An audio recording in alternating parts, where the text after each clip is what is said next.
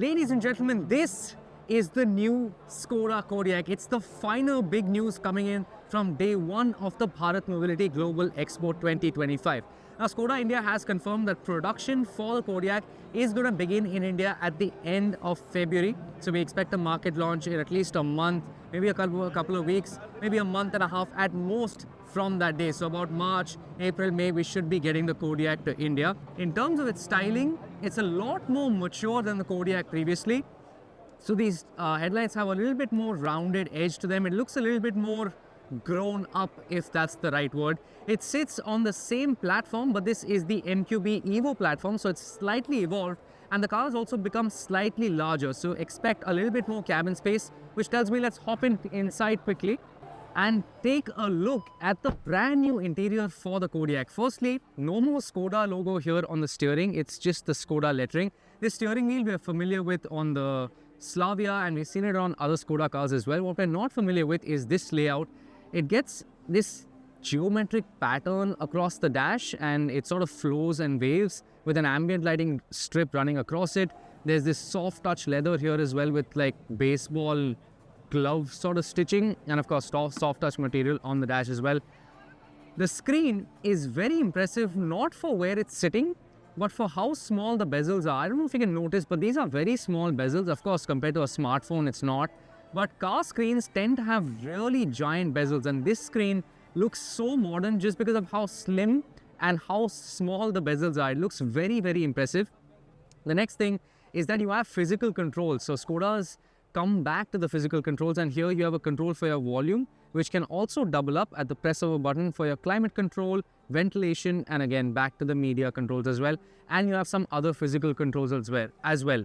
Very, very well laid out dash. I gotta say, even the quality is very nice. Even the AC vents, you have space to store your phone. Of course, this being a Skoda, everything is thought about. So you have two wireless chargers, space to store your phone, leather going across here in the middle as well. It's just a really nice place to be. I've always loved the Kodiaq, but they've just stepped it up. Look at this handle. It's sort of floating here, and it just looks very, very nice. The leather material goes all the way across here. Now, Skoda hasn't quite confirmed what engines it's going to come in. I'll quickly hop in the back and show you the space, and we can talk about the engine as well. Yeah, that's quite happening. So firstly, you can expect a slightly larger cabin. You have a little bit extra storage here, but this is an accessory. You can take this out, and then you will have, of course, place to sit here as well. Rear AC vents, and of course, you have your controls for the AC there as well, and two Type-C ports. Let me quickly tell you about the engines, because the Kodiaq currently gets a 2-liter TSI engine making 190 horsepower. Now, we are expecting the Kodiaq, the new Kodiaq, to have the same engine, but Skoda suggested here that they might bring either the hybrid or, wait for it, take your seats, the diesel back to India. Now, they haven't confirmed it outright, but there is a chance it might come with something other than just that 2-liter TSI engine, which will be very, very interesting for sure. Now, the rest of the interior, you have the panoramic sunroof, and of course, that soft touch leather carries on here as well. Again, the cool door handles, ambient lighting strip, and you have a place for your device as well. Very, very impressive. Let's quickly take a look at the rear of the car. Now, this is where I'm not a big fan of the design. It gets a C-shaped lighting element here, and it carries across and is connected. Again, Skoda lettering. But if you look at it from the 3/4 angle, because of that extra size, it looks a bit more like a wagon and less like an SUV. There's, of course, this silver bit of trim here. I don't think it looks bad. I just think it doesn't look as good as the outgoing Kodiaq, which is just one of my favorite SUVs to look at. What do you guys think about the new Kodiaq? We should get it in our market very, very soon. We're expecting it to be a couple of lakhs more expensive than the outgoing Kodiaq. 5-seater and 7-seater variants will both be making their way to India. So this was the 5-seater variant. There will also be a 7-seater variant.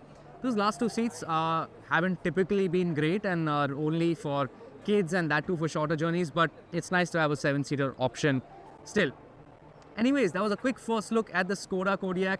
What do you guys think about the SUV? Do you think it looks better? I personally prefer the older Kodiaq, but in terms of what they've done with the interior, what they've done with the engine, I think it's great. If they bring back the diesel, I think it'll sell in incredible numbers. But then the diesel almost seems a little too good to be true. It's Skoda going against everything they've been pushing towards and sticking towards, which is turbocharged petrol engines. Anyways, that was a quick look, Skoda Kodiaq. Let us know what you guys think. It's been a long, tiring day at the Bharat Mobility Expo 2025.